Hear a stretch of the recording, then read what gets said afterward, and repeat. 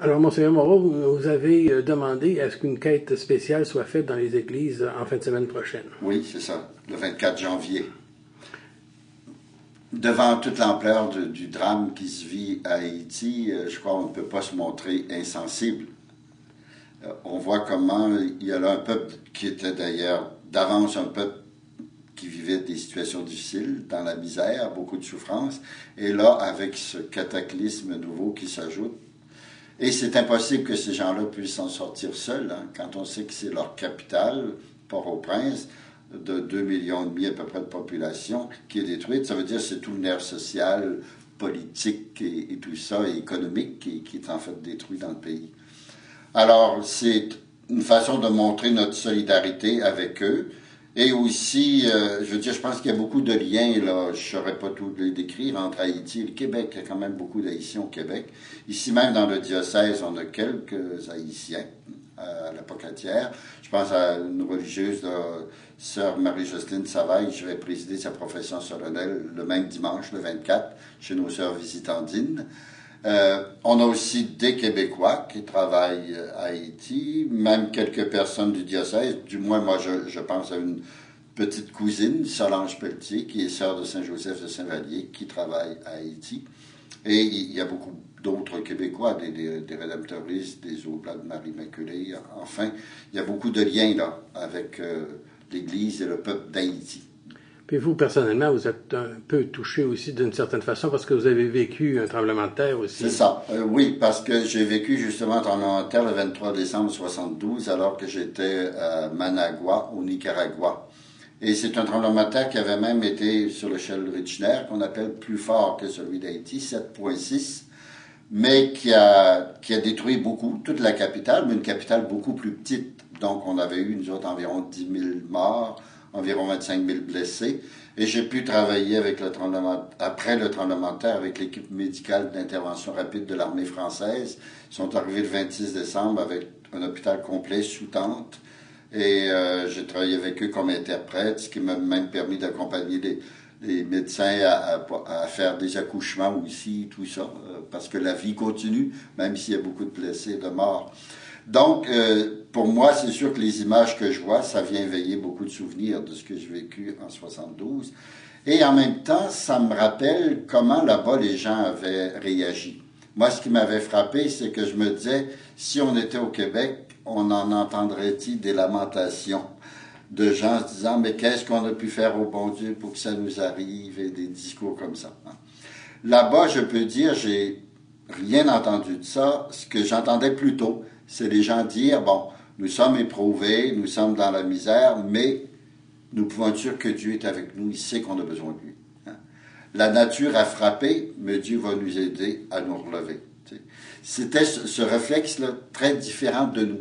Donc, j'ai pas vu, sauf une exception que je pourrais raconter, parce qu'un jour, j'aidais l'abbé Marcel Thériault de notre diocèse. Lui, son presbytère avait été complètement détruit, et on était en train de l'aider à sauver des choses de ses livres et tout ça. Et à un moment donné, il y avait des jeunes qui passaient dans la rue, là, les cheveux longs et des grandes barbes, dans les années 72. Alors, il y a une vieille madame, à un moment donné, qui s'est mise à courir après eux, puis à leur dire, c'est à cause de peloudos, c'est à cause de poilus comme vous autres, et de barboudos, des barbus comme vous autres, qu'on a reçu ce mauvais coup-là. Mais c'est la seule fois que j'ai entendu parler, là, comme quoi le tremblement de terre pouvait être une punition ou un châtiment. Non. Les gens n'avaient pas cette conception. Je trouve qu'ils ont une foi beaucoup plus saine. On a un Dieu qui les aime et qui est avec eux même dans leur misère. Et un Dieu qui ne veut pas leur misère aussi. Je pense qu'ils ont un petit peu ce réflexe de foi-là, en tout cas au Nicaragua. Ça m'avait surpris beaucoup. Puis moi, je dis, bon, c'est bien sûr qu'on n'a pas... quelqu'un me disait hier, ben oui, mais on dit Dieu qui régit l'univers, mais comment qu'il régit quand on voit ça? J'ai dit, mais notre univers, c'est un univers qui ne peut pas être parfait. L'univers n'est pas Dieu. Hein? Donc, qu'il y ait des failles, qu'il y ait des accidents de nature comme ça, je crois qu'on n'a pas de réponse, en un sens.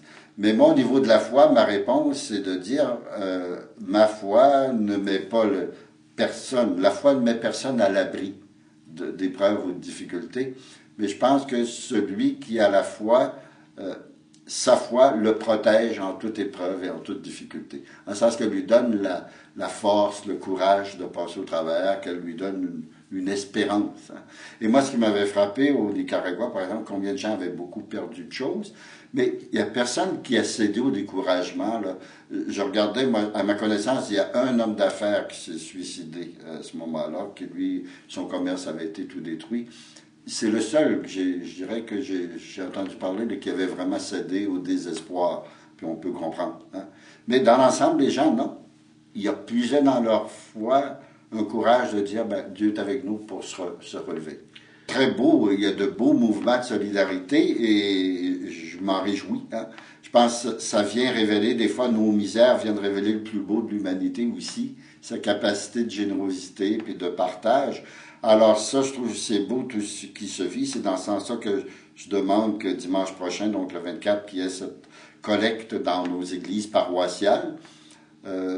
Mais il y a tous les gens qui ne viennent pas à l'église et qui peuvent trouver d'autres chemins pour donner aussi.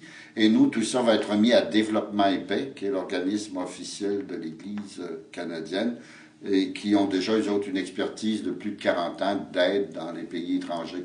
Donc, ils vont acheminer cette aide-là et même organiser des formes d'aide. Ce qui m'apparaît important aussi, moi, c'est que ce mouvement de solidarité-là, bon, qui est bien sûr est créé là, par l'émotion forte qui nous viennent de toutes ces images, c'est que ce mouvement-là continue, parce que c'est pas du jour au lendemain qu'on va reconstruire Haïti. Hein.